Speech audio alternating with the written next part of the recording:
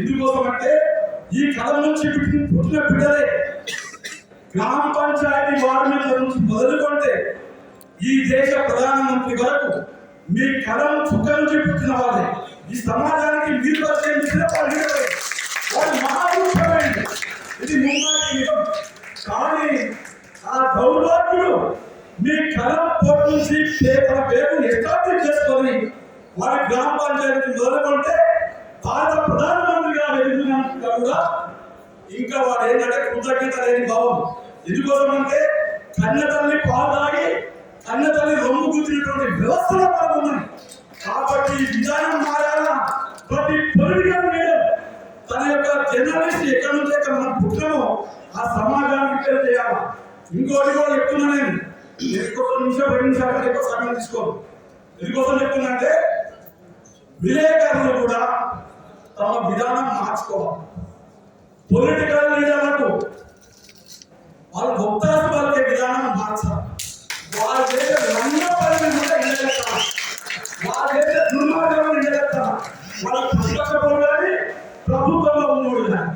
కానీ మనం ఏం చేస్తున్నాం? సీనియర్లు అట్లయింది, సీనియర్ ఇట్లయిండు, ఆ పొలిటికల్ లీడర్ ఇట్లన్నాడు, ఈ మంత్రి ఇట్లన్నాడు, ఈ ఎమ్మెల్యే ఇట్లా అంటున్నాడు. మరి వ్యాపారం సంగతి ఏంటి? వ్యాపారాలకు కోల్పోతున్నామా?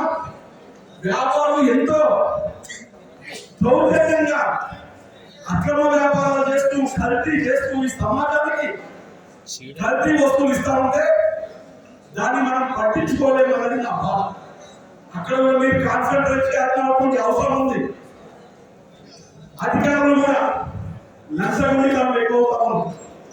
మీరు తలుచుకుంటే అక్కడ అధికారులను కానీ ఇక్కడ పొలిటికల్ లీడర్లను కానీ ఇంకా అక్రమ వ్యాపారం కానీ మీరు రాష్ట్రం ఒక్క సింగిల్ ఐటమ్ 4 లైట్లు వస్తుంది, వాటికి క్షంటాలు పడతాయి. బై ఛాన్స్ లేకపోతే నా అకౌంట్ చెక్కమని ఉంటాడు. ఎందుకోసం అంటే ఐటమ్ తీసుకొని వీడు వాయిట్ చేస్తాడు. కాబట్టి దయచేసి ఏమనుకోవద్దు. మీరు సమాజానికి మేలు కల్పించడంలో, సమాజానికి డెవలప్ చేయడంలో, సమాజానికి హితకారం ఉండడంలో మీ పాత్ర చాలా ముఖ్యమైనది. ఎందుకోసం అంటే ఏముంటుంది అక్కదాకా రాజకీయ నాయకుడు అట్లే తయారైపోయాడు, వ్యాపారి అట్లే తయారైపోయాడు, అధికారులు కూడా అట్లే తయారైపోయాడు. 90% ఇట్లా ఉంది.